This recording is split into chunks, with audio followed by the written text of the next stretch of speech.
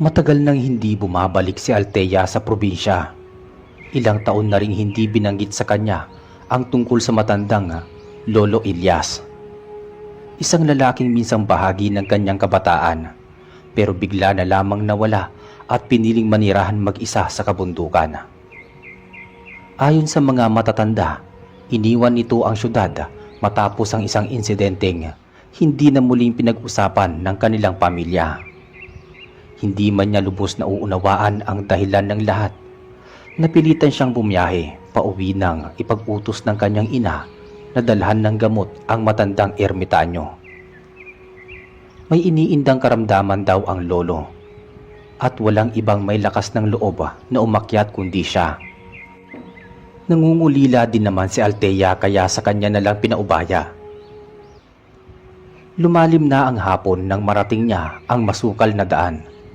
Sa gitna ng malawak na katahimikan, tanging ugong ng makina at pagaspas ng hangin sa mga dahon ang naririnig.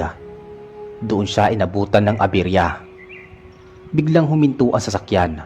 Ayaw nitong umandar kahit ilang ulit niyang pinipilit.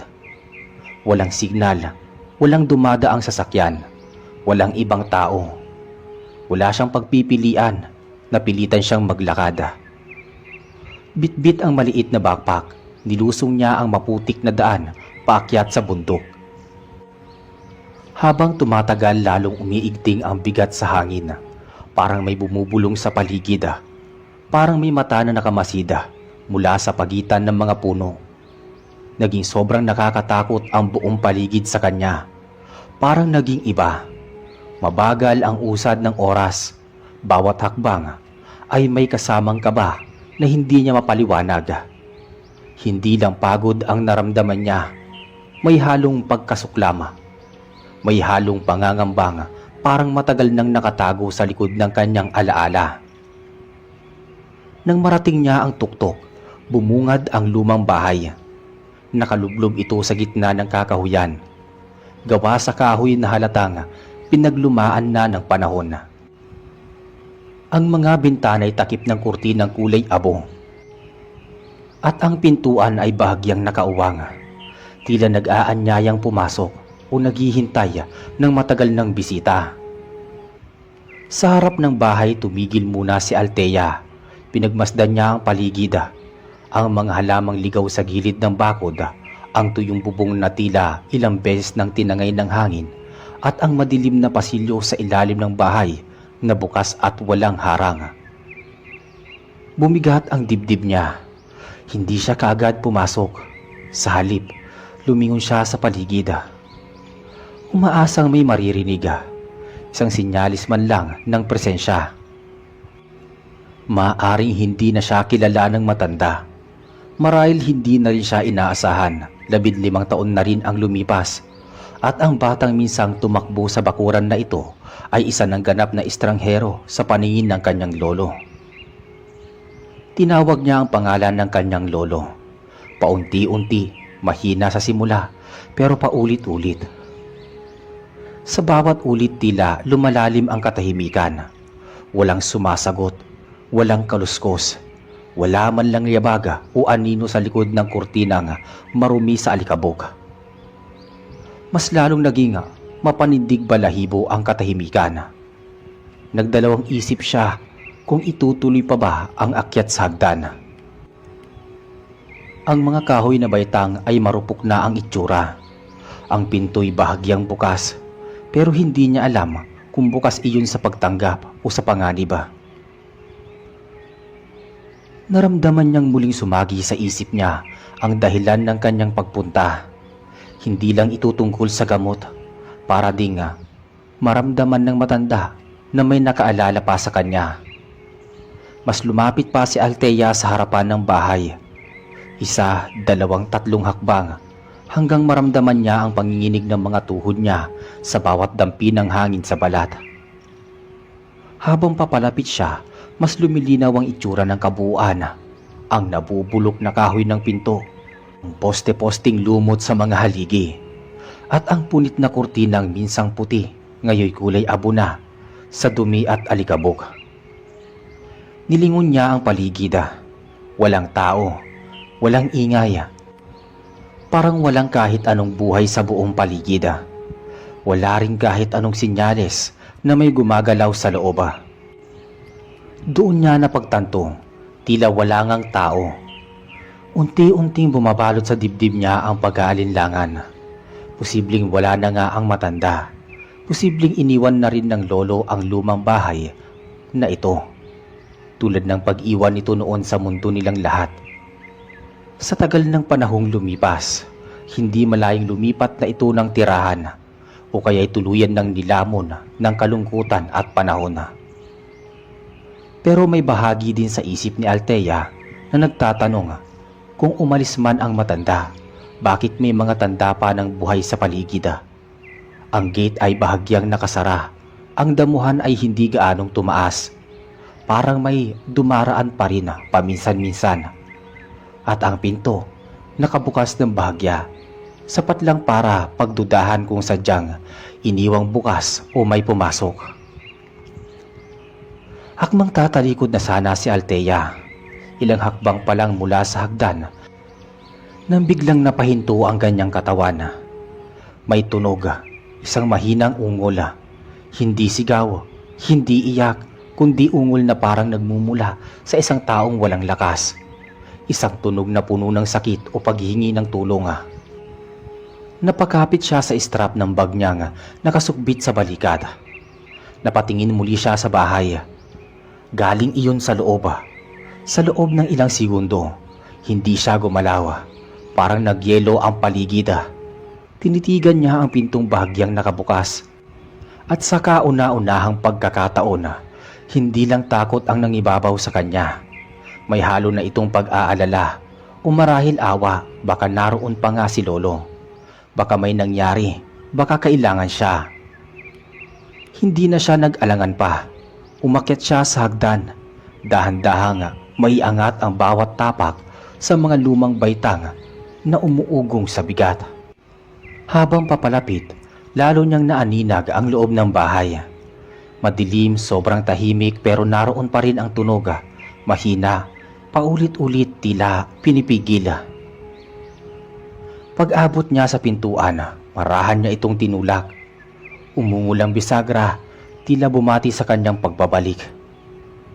Pagpasok niya, sinalubong siya ng amoy na matagal nang hindi naaamoy. Alikabok, lumang kahoy at kaunting amoy ng panis o agnas. Isang uri ng amoy na nagpapahiwatig na hindi na bago ang presensyang naroroon. Sa loob ng bahay walang gumagalaw. Mga lumang kasangkapan, mga upuang yari sa kawayan, at mga litrato sa dingding na nabura na ang mga mukha sa katagalan. Isang bahay na nabubuhay sa alaala, hindi sa kasalukuyan. Ngunit sa gitna ng lahat ng iyon, naroon pa rin ang ungol, mas malinaw, mas malapit. At doon nagsimulang maramdaman ni Althea na hindi siya nag-iisa. Sumunod si Althea sa ungol na tila naglalakad sa hangin. Daang-daang tanong ang gumugulo sa isipan niya, pero mas nangibabaw ang tawag ng kutob.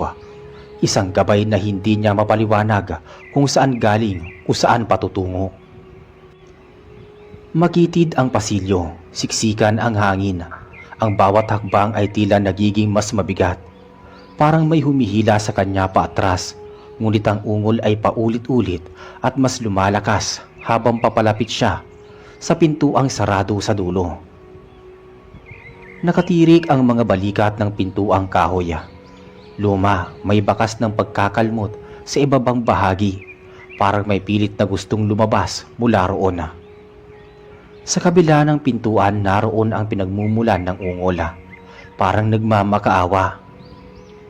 Walang kuryente, tanging liwanag mula sa siwang ng bintana ang nagsisilbing gabay habang marahan niyang binuksan ang pinto. Sa loob may kama sa isang sulok, isang lumang kabinet at sa gitna isang lalaking hindi niya kilala. Duguan ang katawan nito, putikan ang damit, namumutla ang muka at namamaga ang mga mata. Ang mga braso at paaya mahigpit na nakagapos sa poste ng kama gamit ang mga lumang piraso ng lubid. Nanginginig ito, umiiyak, nangungusap ang mga mata. Nagsusumamo pero walang lakas na magsalita. Napako si Althea sa kinatatayuan. Hindi siya nakaamba ng kahit na anong kilos. Ang utak niya ay nagsusumigaw ng tanong. Sino ito? Nasaan ang lolo niya? Anong nangyari sa bahay na ito? Gusto niyang tumakbo pero nananatili siyang nakatingin. Parang itinulak siya ng tadhana sa isang eksenang hindi siya handang pasukin. At sa katahimikan ng kwarto, tanging ang paghikbi ng nakagapos ang gumuguhit sa pandinig niya. Nanatiling nakatayo si Althea sa may bungad ng kwarto habang ang lalaki sa kanyang harapan ay patuloy na humihikbi. Nilulukob ng takot at sakit. Bahagya niyang inabot ang kamay, tila sinusubukang makalapit. Pero agad din niyang binawi. Natigilan siya dahil hindi niya alam kung sino ang lalaking ito o kung anong kasalanan nito. Sa isip niya baka ito ang dahilan kung bakit biglang nawala ang lolo niya. Baka may nangyaring masama. Baka ang lalaking ito ang gumawa. Kaya siya nakagapos, kaya duguan. Gusto niyang magsalita, magtanong, subukang kausapin kahit papaano. Baka may mapaliwanag ang lalaki. Baka may masabi, may masambit. Ngunit sa tuwing siya'y magtatanong, puro ungol lang ang sinusukli. Walang salita. Di naman siya sinasagot. Lumapit siya ng bahagya nang biglang ngumanga ang lalaki. Hindi normal sa pagnganga, parang gustong ipakita. At doon niya nakita na wala pala itong dila. Isang hungkag at dugo ang loob ng bibig ang bumungad sa kanya. Hilaw sariwa parang bagong pinutol. Napatras si Althea, halos mabangga ang pader sa likod. Biglang nanikip ang kanyang dibdib. Ang kirot na nakita niya sa mukha ng lalaki ngayon ay may kasamang bigat ng katotohanan. Mas masahol pa sa inakala niya. Pero bakit? Sino ang gumawa? At nasaan ang kanyang lolo? Nanginginig na ang mga kamay ni Althea. Gusto niyang tumakbo papalabas. Gusto niyang isumbong sa mga tao sa labas. Pero ang paa niya parang idinikit sa sahiga.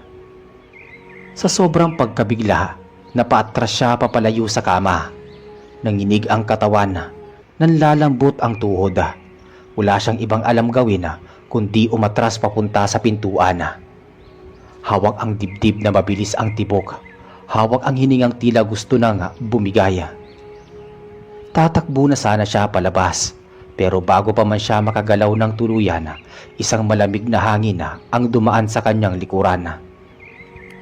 Kasunod nito, isang tunog. Yabag, mabigat, mabagal at tuloy-tuloy.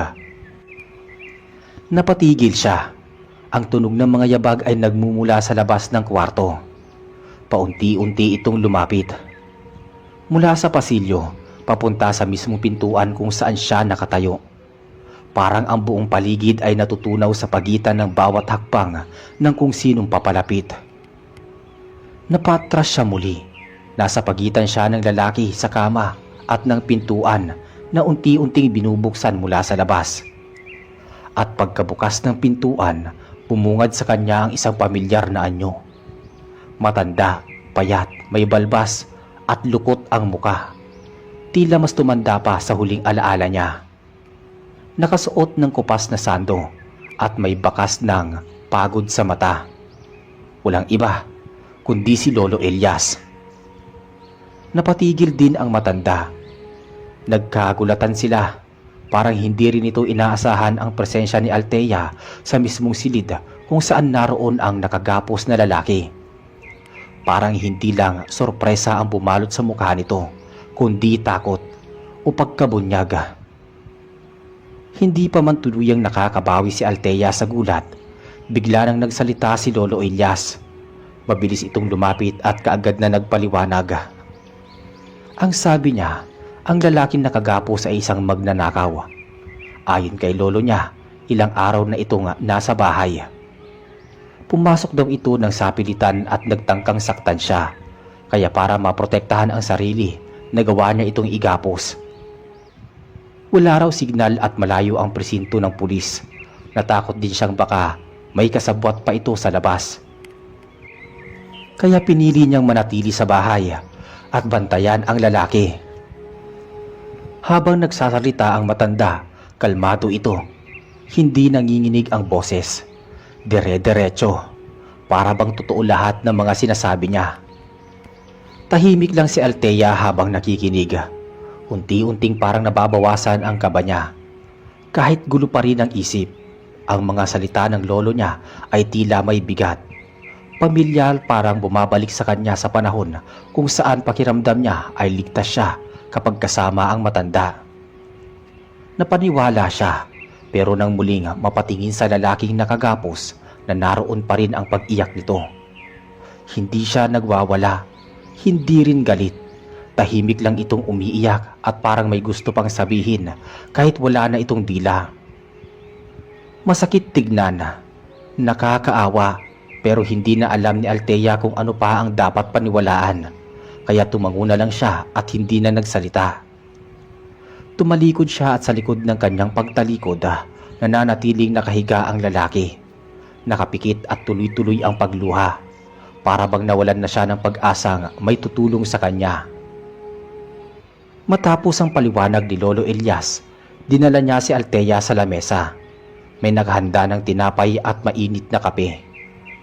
Tahimik silang nagsalo habang unti-unting humuhupa ang kaba sa dibdib ni Althea. Habang kumakain, nagsimulang magkwento si Althea. Ipinagtapat niya na nasiraan ang kanyang sasakyan sa pag-akyat ng bundok. Wala siyang signal at gabi na kaya napilitan siyang maglakad. Dahil doon, nahirapan na siyang bumaba sa gabi. Ngunit hindi naman iyon naging problema kay Lolo. Sabi ng matanda, pwede siyang magpalipas ng gabi sa bahay. Wala nga lang kuryente pero may lampara naman. Malamig sa bundok pero sanay na ang matanda sa ganitong buhay. Habang pinagmamasdan ni Althea ang matanda, napansin niya ang tuwa sa mga mata nito. Para bang matagal na itong walang nakakausap. Matagal na walang bisita. Masaya ito na may kasama, lalo na't apo pa niya ang dumating. Nagpatuloy ang kwentuhan. Panay ang tanong ni Lolo tungkol sa buhay ni Althea sa bayan. Habang si Althea naman ay nakikinig lang at tumatango. Sa gitna ng katahimikan ng bundok, sa ilalim ng mahinang ilaw ng lampara, parang bumalik si Althea sa pagkabata. Noong wala pa siyang ibang iniisip, kundi ang magbakasyon sa bahay ng kanyang lolo tuwing bakasyon. Tuwing sa likod ng mga ngiti at mainit na kape, nananatiling tahimik ang isang kwarto sa loob ng bahay. At sa bawat lagok niya ng kape, tila may tanong na ayaw mawala sa isip niya. Talaga bang magnanakaw lang ang lalaking yun? O may mas malalim pang dahilan kung bakit ito ginapos? Matapos ang tahimik nilang hapunan, inalalayan ni Lolo Elias si Althea papunta sa isang maliit na silid sa dulong bahagi ng bahay. Hindi ito gaanong malinis, makapal ang alikabok sa bintana at may mga lumang gamit sa isang sulok na tila matagal nang hindi nagagalaw. Pero sapat na ito para sa pansamantalang tulugan. Bago siya iwan ng matanda, may sinabi ang lolo niya. Isa lang ang bilin nito. Huwag lalabas ng silid anuman ang marinig sa gabi. Delikado daw sa bundok, lalo na kapag madilima. Tumangulang si Althea at hindi siya nagtanong. Hindi na rin siya nagtaka, marahil dahil sa pagod o baka dahil ayaw na rin niyang guluhin pa ang isip sa mga nangyari.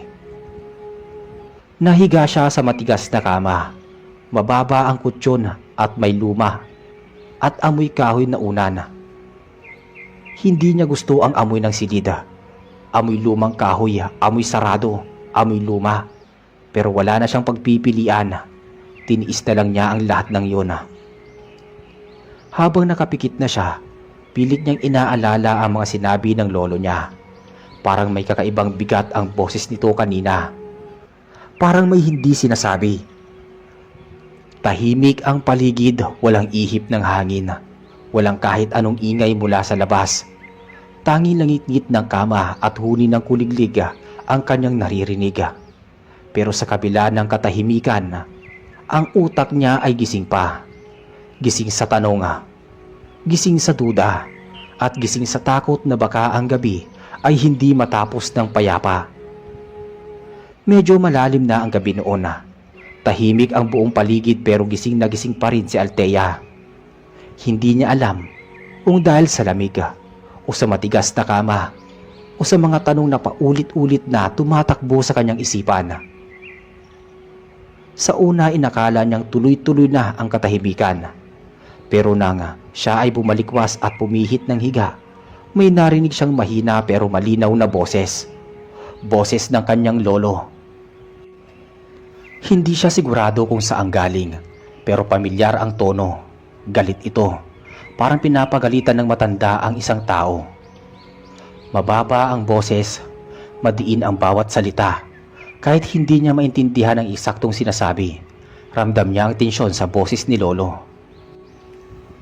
At naisip niya agad ang lalaking nakagapos. Napaupo siya sa kama, pinakiramdaman ang paligid. Nagsimula na ring tumibok ng mas mabilis ang kanyang puso. Gusto niyang sumilip, gusto niyang makinig ng mas maigi. Pero biglang naalala niya ang babala ng matanda bago siya matulog. Anumang marinig, huwag lalabas. Kaya nananatili siyang nakaupo.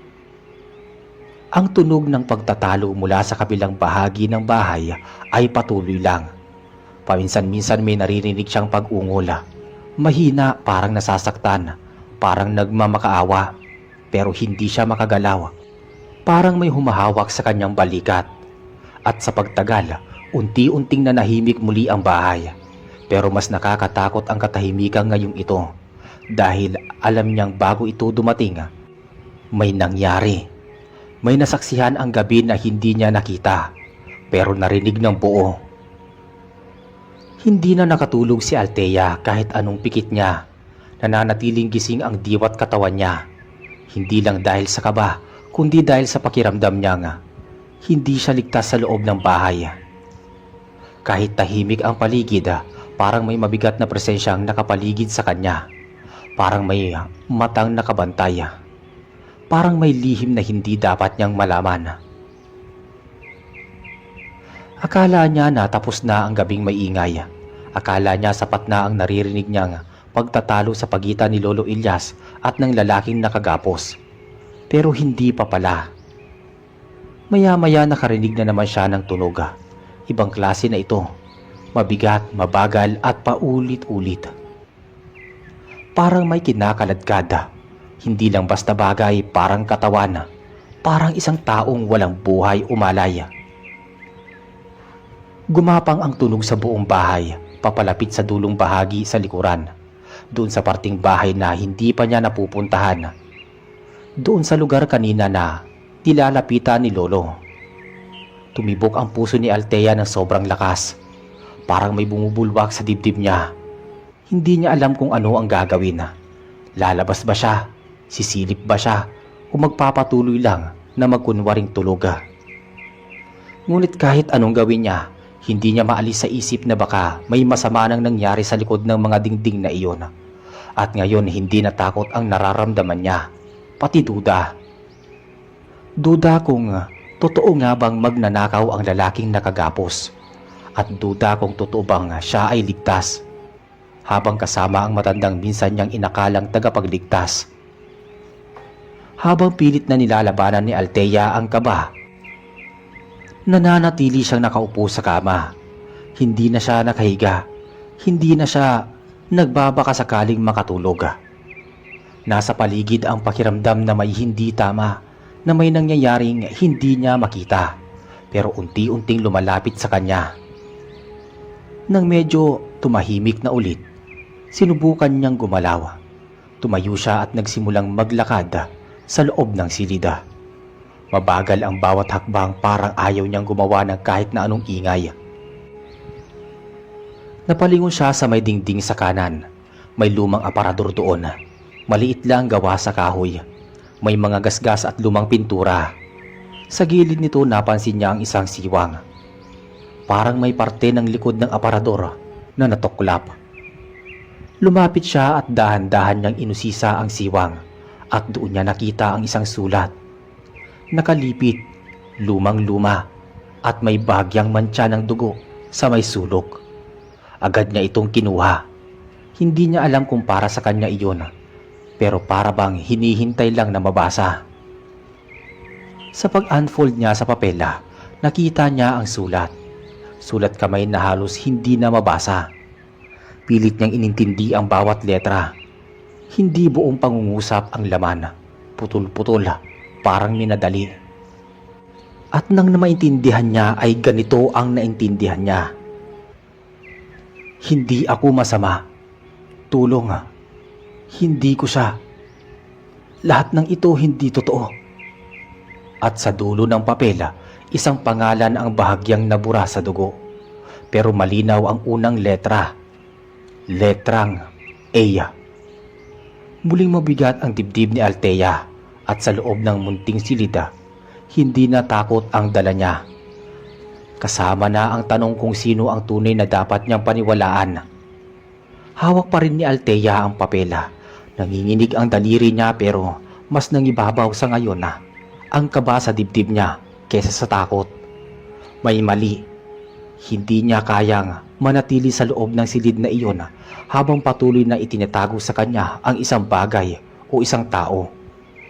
Tahimik siyang lumapit sa pinto. Pinihit niya ng dahan-dahan ang siradura. Iniiwasang gumawa ng ingay. Sa pagdungaw niya sa labas, madilim ang buong bahay. Tanging ilaw ng lampara sa kusina ang nagbibigay ng mahinang liwanag. Lumabas siya. Mabagal ang hakbang niya. Walang yabag, parang hinahabol ng sarili niyang hininga habang papalapit siya sa dulo ng pasilyo. Pagdaan niya sa may sala, napansin niyang bukas ang isang pinto sa bandang likuran. Hindi niya ito nakita kanina pero doon galing ang tunog ng kinakaladkad na narinig niya. Lumapit siya. Pagbukas ng pinto, bumungad ang makitid na hagdan pababa. Kahoy iyon luma, maugong ang bawat hakbang at malamig. Walang ilaw sa ibaba pero may mahinang sinag ng lampara. Parang may ilaw sa isang sulok ng silid sa ilalim ng bahay. Huminga siya ng malalim at nagsimulang bumaba. Sa bawat hakbang pababa ng hagdan, lalong bumibigat ang dibdib niya. Hindi niya alam kung anong matatagpuan niya sa dulo, pero alam niyang wala na siyang atrasan. Ito na ang simula ng pagtuklas sa kung sino ba talaga si Lolo Elias. At sa anong klase bahay siya humihingi ng tulong. Tahimik ang paligid habang bumababa si Althea sa hagdan. Hindi niya mapaliwanag ang lamig na kanyang nararamdaman. Hindi lang sa balat, kundi pati sa kalamnan. Parang may gustong humila sa kanya pabalik, pero pinipilit niyang umusad pa rin. Sa pagdating niya sa pinakailalim, bumungad sa kanya ang isang maliit na silid. May isang mesa sa gitna, luma at may mga kalmot sa bawat ibabaw. Sa tabi nito may upuang kahoy na may madilim na mantsa. Hindi niya sigurado kung putik o dugo. Sa dulong bahagi ng silid, may nakasinding lampara. Doon naagaw ang atensyon niya. May kurtinang kulay itim na nakatakip sa pader. Lumapit siya, mabagal, walang ingay. Hindi niya lang alam kung bakit pero parang may humihila sa kanya para silipin kung anong meron sa likod ng tela. Pagkalapit niya, inabot niya ang kurtina. Nanginginig ang kamay niya habang dahan-dahang inililihis ito. At doon niya nakita ang isang bagay na hinding-hindi niya inaasahan. Isang altar, gawa sa mga pinagtagpi-tagping kahoy. Sa gitna may ilang pirasong buhok at kuko na nakatusok sa basang lupa. Nakapalibot dito ang mga larawang kupas, mga mukha ng taong hindi niya kilala. Lahat sila may hiwang pula sa noo. Sa pinakagitna may isang bagong larawan. Larawan niya. At sa ilalim ng larawan may pangalan niya. Buo malinaw, nakasulat sa pulang tinta na parang dugo. Hindi na siya nakakilos. Nakatitig lang siya sa altar. Parang unti-unting nilalamon ng malamig na silid ang lakas na nasa kanyang katawan. At habang nananatili siya sa pagkakatayo, may narinig siyang langit-ngit sa may hagdan. Paakyat iyon. May paparating. Wala na siyang oras para magtago. Hindi na nagdalawang isip si Althea sa sandaling makita niya ang sarili niyang larawan sa may altar. Alam niyang hindi na siya ligtas sa loob ng bahay. Hindi na siya naghihintay pa. Hindi na siya nag-isip. Tumalikod siya at mabilis na kumaripas ng takbo paakyat ng hagdan. Wala na siyang pakialam kung marinig siya. Ang tanging nasa isip niya ay makalabas, makalayo at makatakas. Paglabas niya ng pinto sa ilalim ng bahay, tumuloy siya sa sala. Tapos ay sa labas. Bumungad sa kanya ang madilim na paligid ng bundok. Madaling araw na, maputla pa ang langit. Pero sapat na ang liwanag para makita niya ang daan. Tumakbo siya kahit habol hininga, kahit nangihina ang tuhod, kahit madulas ang lupa. Habang naglalakad paakyat patagilid paikot sa mga parting na alala niya, pilit niyang pinipigil ang sariling umiyak, pero tumutulo pa rin ang luha niya at di niya mapigilan. Hindi niya alam kung nasaan si Lolo Elias, kung nakita ba siya, kung hinahabol ba siya. Pero isa lang ang sigurado niya, hindi siya babalik kahit kailan. Habang papalayo siya, tila mas lumiliwanag ang paligid. Unti-unting lumitaw ang kulay sa langit. May pag-asa pa. Pero sa kaloob-looban niya, alam niyang dala-dala niya na ang tanong na hindi na siguro masasagot. Bakit may altar? Bakit may pangalan niya? At sino talaga si Lolo Elias? Hindi na alam ni Althea kung papaano siya nakarating sa bayan. Parang biglang lumagpas ang oras. Parang wala siyang maalala sa pagitan ng pagtakbo niya at pag-apak ng paa sa harap ng bahay ng tiyahin niya. Basa ng pawis ang katawan niya. Puro putik ang suot at halos mawalan ng boses sa hiningal. Agad siyang inalagaan ng mga kamag-anak niya. Pinakain, pinatulog, pinatahan. Pero walang ni isa ang handang tanggapin ang kwento niya. Hanggang sa mismong araw na yon, kinukwento niya ang lahat. Mula sa pagkasira ng kanyang sasakyan sa unang pagkikita kay Lolo Elias, sa lalaking nakagapos sa altar at sa larawan niya. Tahimik lang ang lahat habang nakikinig. Walang nagsasalita, walang nagtanggi, pero wala ring tumawa o nagbiro. Dahil sa mga mata nila, alam nilang hindi iyon basta kwento lang. Wala nang bumalik sa bundok mula noon. Wala nang nagtanong kung nasaan si Lolo Elias at kung buhay pa ba siya. Sa loob ng pamilya nila parang binura na lang ang matanda sa mga usapan. Parang hindi na siya naging bahagi ng alaala. Parang mas ligtas sa kinalimutan na lang. Pero si Althea, hindi niya makakalimutan dahil tuwing ipipikit niya ang kanyang mga mata, naroon pa rin ang altar. Naroon pa rin ang larawan niya at naroon pa rin ang pakiramdam na baka hindi pa talaga tapos ang lahat.